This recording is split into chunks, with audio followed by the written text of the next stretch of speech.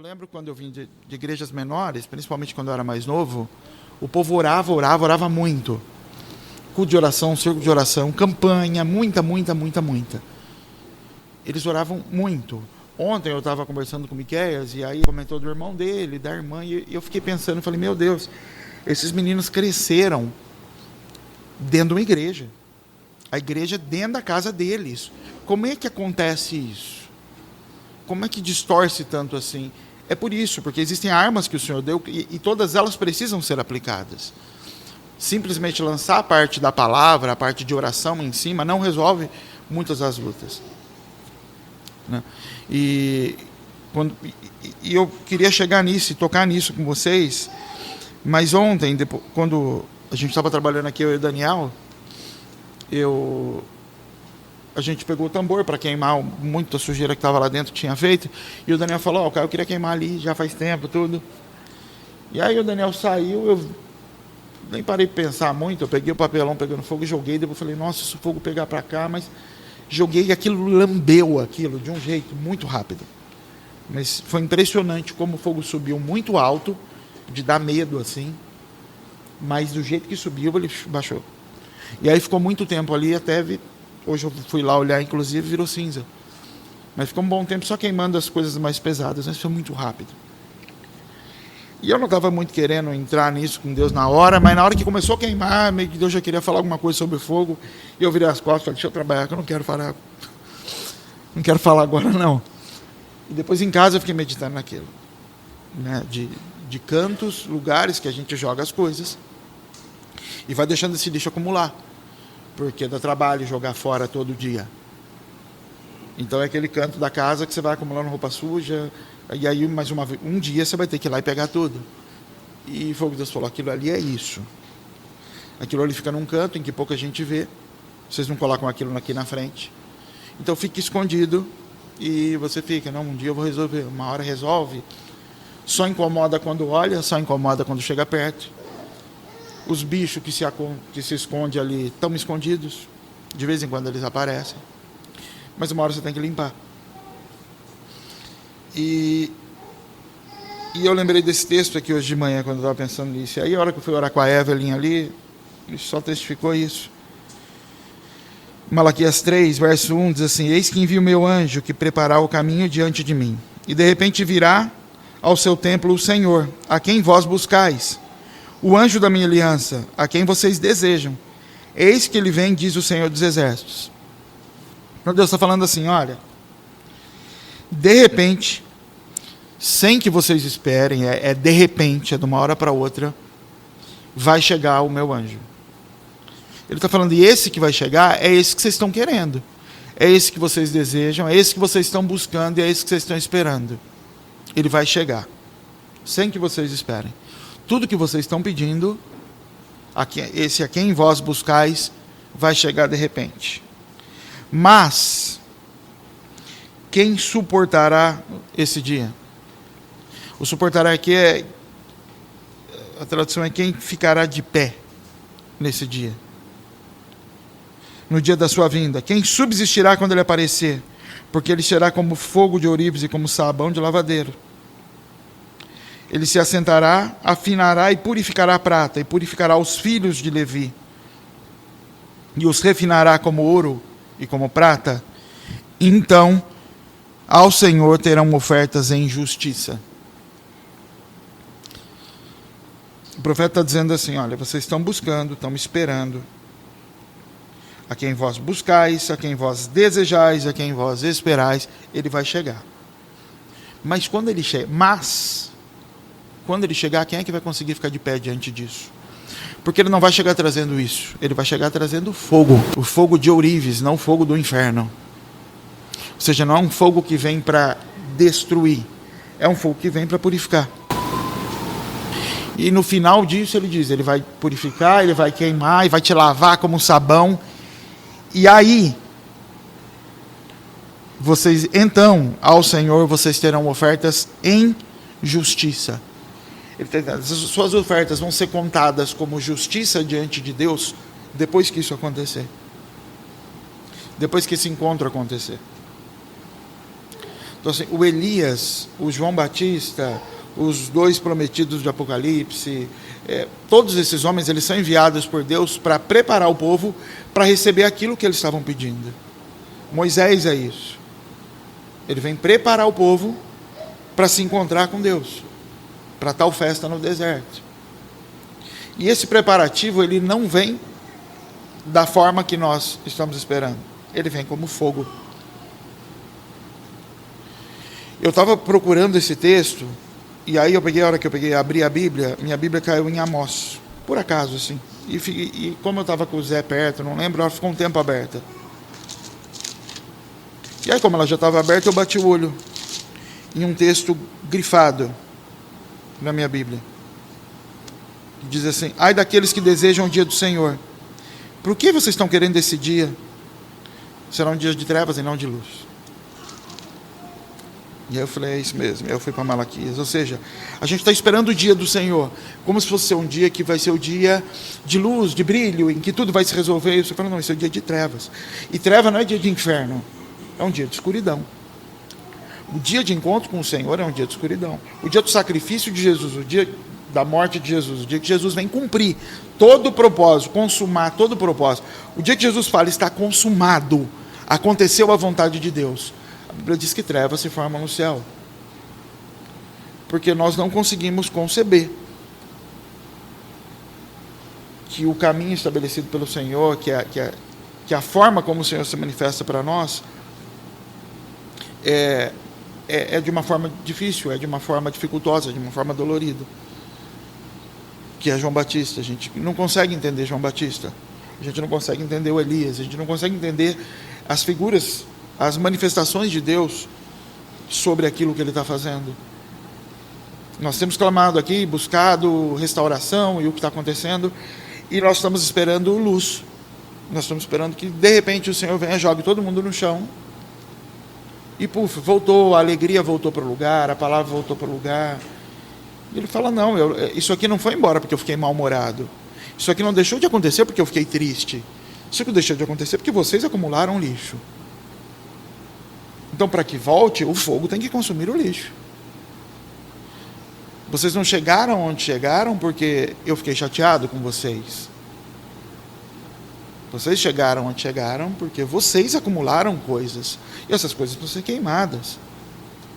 Então, ainda que o Senhor faça promessas de eu vou voltar, eu vou restaurar a sorte de Israel, eu vou fazer todas essas coisas. Ele fala assim, mas eu não fiz até hoje, não é porque eu não quis fazer, eu não fiz porque vocês acumularam coisas que não eram para estar aí. Vocês tomaram caminhos que não eram para ter tomados.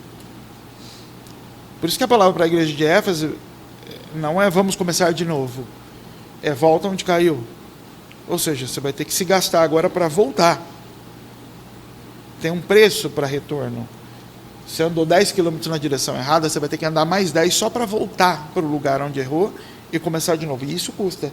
E é por isso que a maioria da igreja, de modo geral, prefere continuar a partir dali e começar uma nova coisa.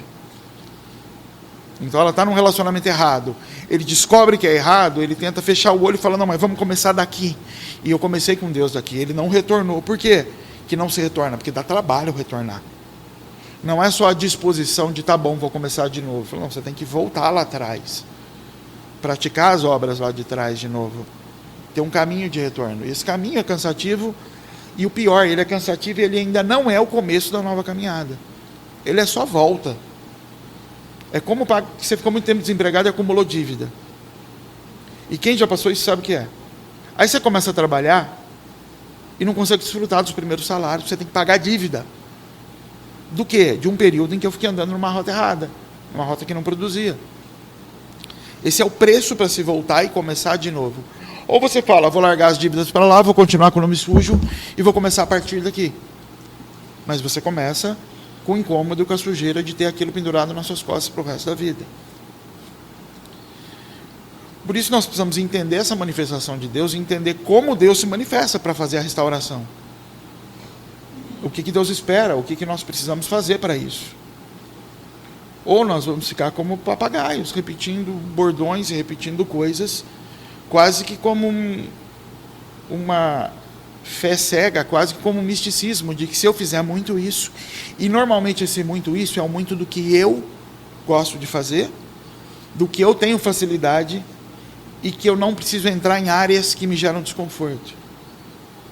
Então, para você pode ser oração, para você pode ser jejum, para o outro pode ser serviço, trabalho, ir na rua, ou fazer algumas coisas, porque são as áreas que me geram menos incômodo.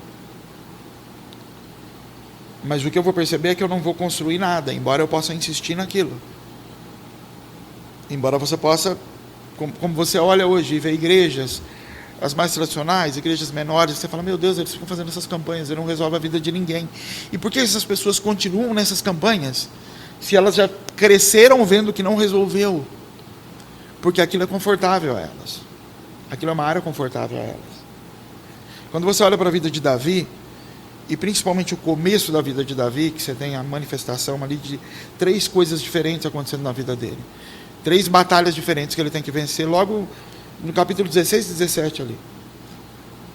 A primeira manifestação de Davi depois de ser ungido, você já vê algo acontecendo, uma batalha que ele enfrenta. A primeira batalha que a Bíblia narra ali de Davi é ele indo enfrentar demônio na casa de Saul.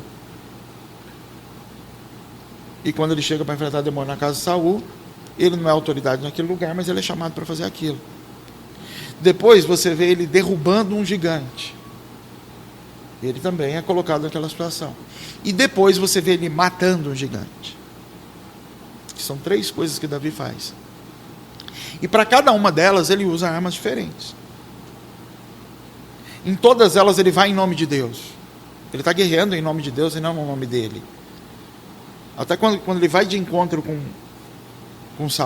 Golias, ele fala, você vem com espada, com lança, eu vou em nome do Senhor. Mas ele também estava indo com pedra. Ele não fala para Golias, você vem em nome de Dagon e eu vou em nome do Senhor. Ele fala, você vem confiando nas suas lanças, nas suas espadas. Eu estou confiando no nome do Senhor, mas eu estou indo com pedras. A confiança sim sempre vai estar em Deus, a esperança está nele, mas a arma de Davi ali eram pedras. Então a primeira batalha de Davi são demônios, ele enfrenta com adoração. Ou seja, o mundo espiritual você não vence com trabalho, você não vence com obediência, você não vence com nada que não seja teu relacionamento com Deus, tua vida com Deus. Suas ofertas, o que a gente manda para a África, o trabalho que você presta, o cuidado com gente, isso não vence o mundo espiritual. O que vence o mundo espiritual é teu relacionamento com Deus. É o quanto você tem de Deus em você, para que Satanás não consiga permanecer diante de você. Então, quando Davi é colocado dentro da casa de Saul, para enfrentar demônio, ele não faz nada naquele lugar que não seja o que ele já fazia sozinho com Deus. Ele toca a harpa. E aquilo muda o ambiente. Ele não prega para Saul, ele não convida Saul para ir no templo, ele não faz nada com Saul.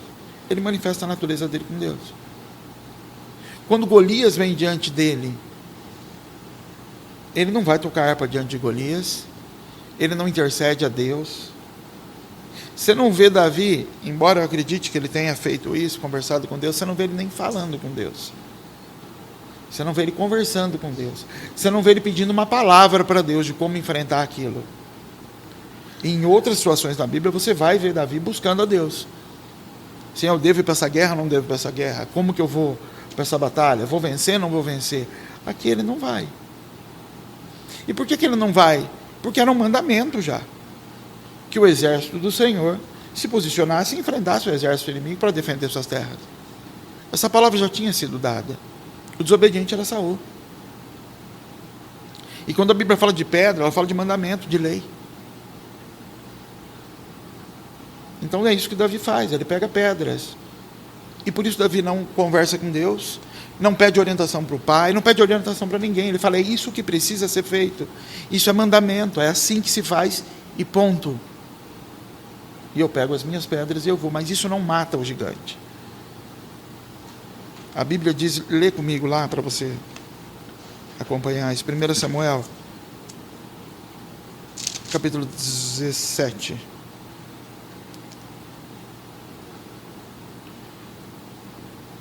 verso 49.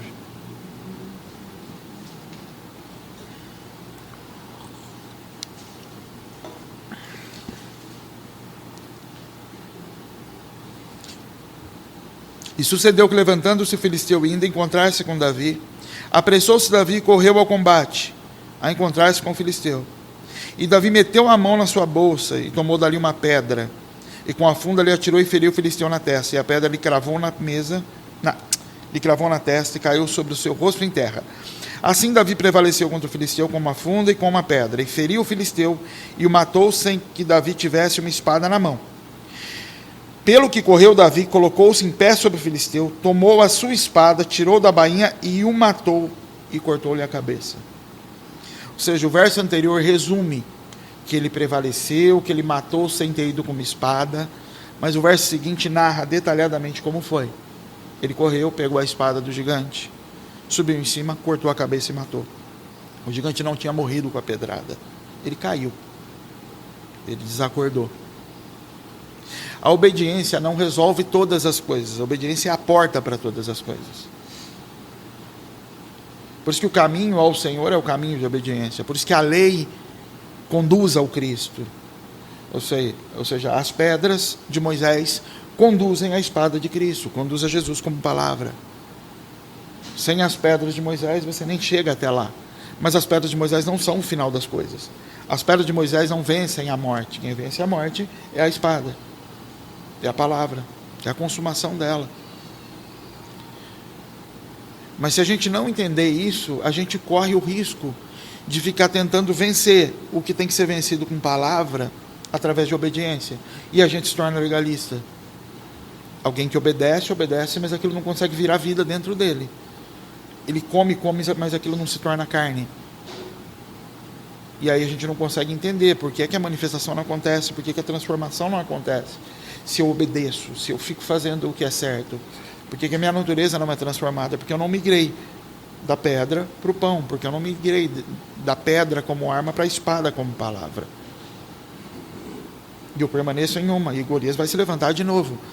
E é por isso que os mesmos gigantes continuam se levantando na nossa vida. É por isso que você vence ele hoje, e daqui a um ano ele volta de novo. O mesmo problema, a mesma luta. Porque a obediência coloca ele para deitar, mas não vence. Ele só enfraquece ele para que você possa vencê-lo. Deus estava dizendo com isso assim, uma pedra não vai matar esse cara. Dificilmente uma pedra, imagina o tamanho de uma pedra que se lança com estilingue, você sabe, que lança uma funda.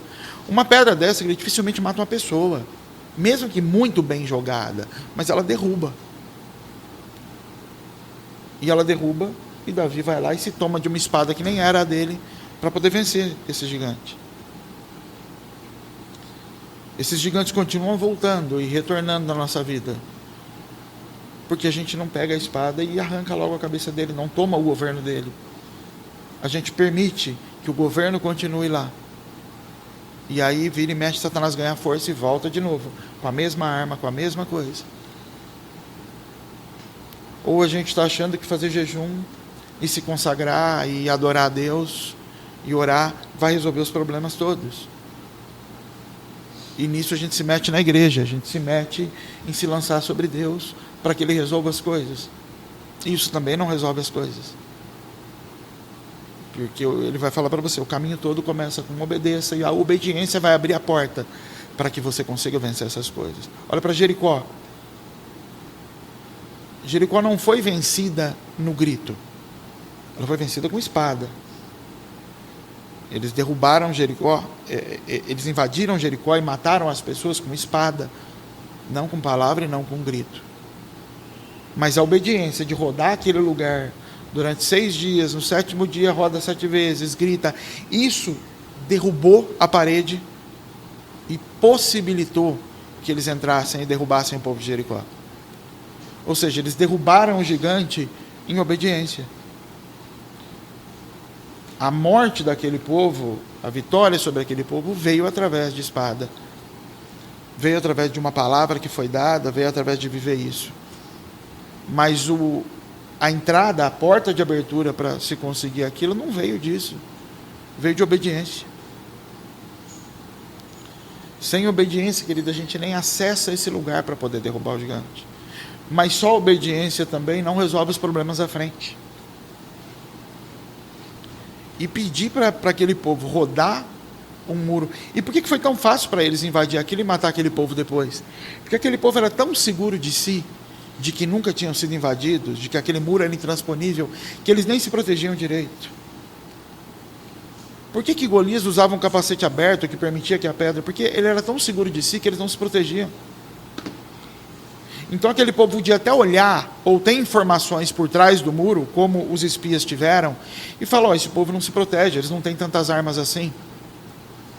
E Deus vai dizer, tudo bem, eles podem até ser fracos para se vencer, mas o muro é muito forte. As muralhas são muito fortes.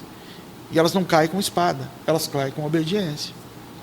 E só depois de vocês obedecerem, rodarem esse muro e elas caírem é que vocês vão poder entrar e praticar a palavra que eu dei na mão de vocês. E praticar a espada que eu dei na mão de vocês. Porque a espada não vai derrubar o muro. Ou seja, são fases de uma luta, fases da guerra que têm que ser vencidas com armas diferentes. Tem fases em que é só a obediência que vai te colocar lá dentro para poder enfrentar isso. Tem épocas que você vai ter que usar a palavra que te foi dada. E confessar essa palavra e usar essa palavra para ir para cima das coisas que o Senhor falou. Mas tem coisas que você só vai vencer em adoração.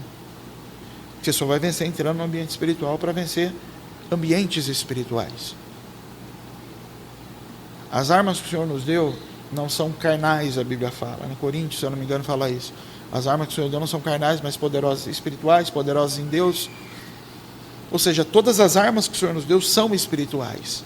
Mas elas se manifestam no mundo natural. Através de obediência, através de adoração e através da prática da palavra.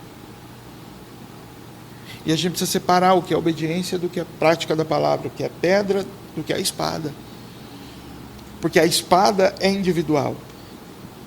A espada é, a de Saul não serve para mim. A de Saul eu não consigo carregar. Mas a pedra não. A pedra é igual para todo mundo. O caminho é o mesmo para todo mundo. Mesmo Moisés tendo passado 40 anos sendo tratado por Deus, ele também vai ter que andar os 40 anos junto com todo mundo. O Josué não praguejou, não murmurou, não reclamou, ele também vai ter que andar os 40 anos junto com todo mundo. A palavra dele é diferente, ele chega e fala, eu sou forte do mesmo jeito para tomar posse da minha palavra. Consigo manusear a minha espada do mesmo jeito. Mas ele teve que passar pelo mesmo processo que Deus deu para todos. Porque o mandamento é para todos. E se a gente não olhar para aquilo que a gente tem que enfrentar e aplicar todas as situações, todas as armas que o Senhor nos deu, a gente corre o risco de lançar em cima da adoração, por exemplo, da consagração, da comunhão, a solução dos problemas. E aí você vai lembrar da irmãzinha que você conhece, a mais consagrada possível, e que o filho está preso. Você fala, meu Deus, por quê? Porque ela também, além da palavra de ser obediente, ser adoradora, ser profeta, ela recebeu uma palavra, cria o teu filho no caminho que ele deve andar. Porque o pai recebeu essa mesma palavra. Ou seja, por mais que ela fosse muito boa em uma palavra, muito boa em uma das armas, não resolveu o problema. E a mesma mazela da família anterior, do pai, do avô, veio visitar a família dela de novo. E ela é crente agora, isso que é pior. E agora se você falar com a família fala, mas não era ser crente que resolvia? Fala, não é ser crente. Ser crente não resolve. O Senhor nos habilitou com armas para que a gente as utilize e resolva os problemas que estão ao nosso redor.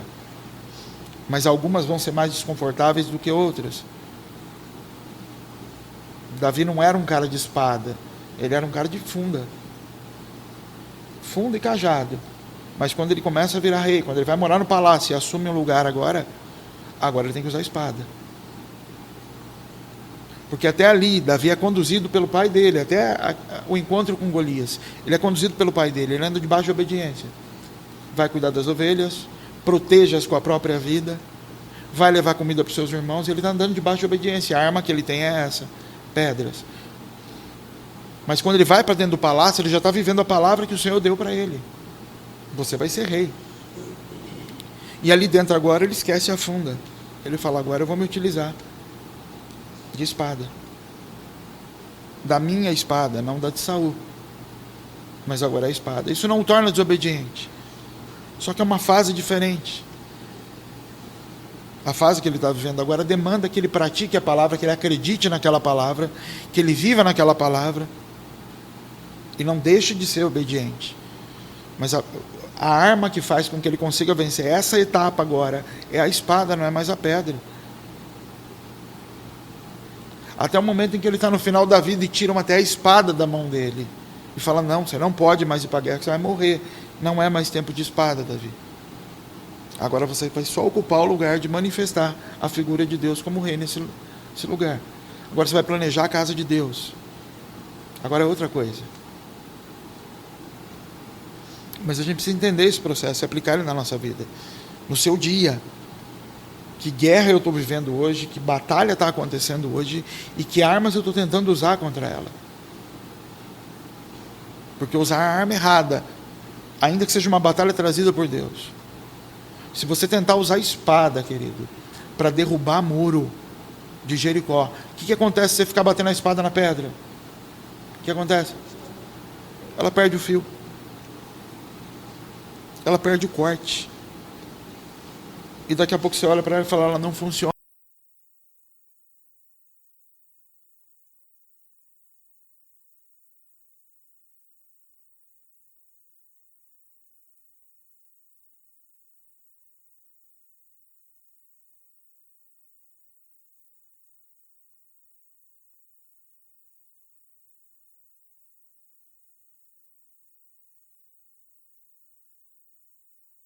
O muro não vai cair com a espada.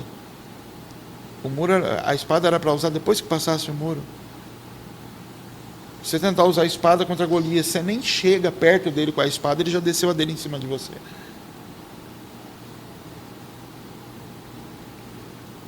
Você precisa julgar individualmente que fase você está vivendo, o que você está passando. E entender onde aplicar. Entenda que a primeira etapa, o primeiro lugar, que é o lugar de todos, o lugar do volta, é sempre obediência. Isso é para Adão, isso é para Davi, isso é para todo mundo. Volta na obediência. Porque a manifestação dos outros, das outras armas, ela é só função, ela é só consequência, em função da primeira, da obediência que me foi dada. Das leis que foram dadas e que eu obedeci. Em função delas, o Senhor me coloca em lugares maiores. Ainda que a espada seja manifesta primeiro, seja profetizada primeiro, ela é entregue depois. Isso é lei e graça. Isso é Caim e Abel. Isso é Jacó e Esaú. Ainda que o primeiro que eu tenha falado era de uma palavra, é de um destino, é de um lugar de vitória que você vai viver, o que eu coloco primeiro na tua mão é o caminho da lei, é o do mandamento. E só se você venceu do mandamento, eu te coloco agora para praticar a palavra. Amém, queridos? Vamos orar.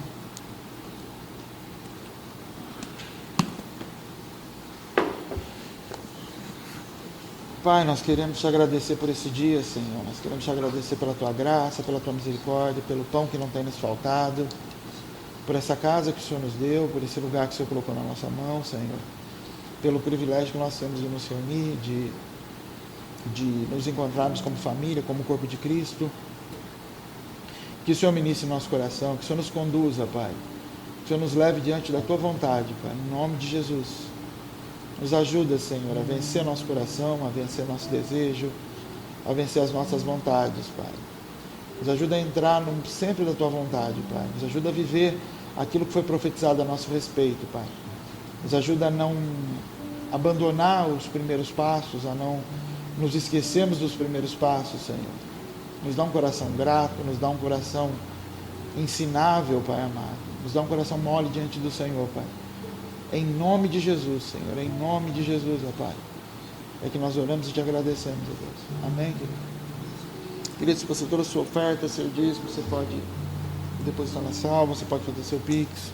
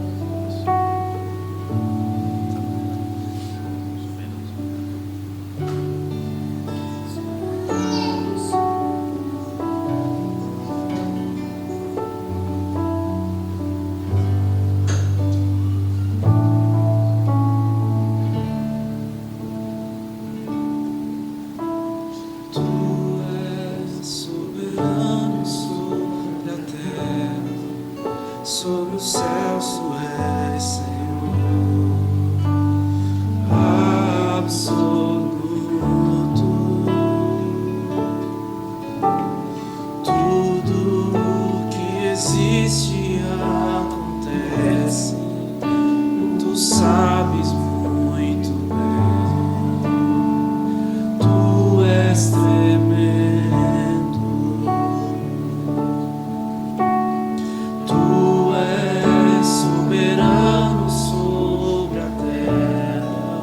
Sobre os céus tu és Senhor absoluto.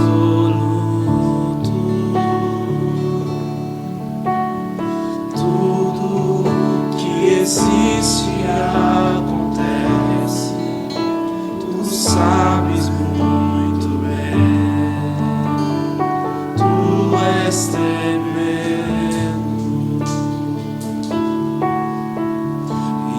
Apesar dessa glória que tens, tu te importas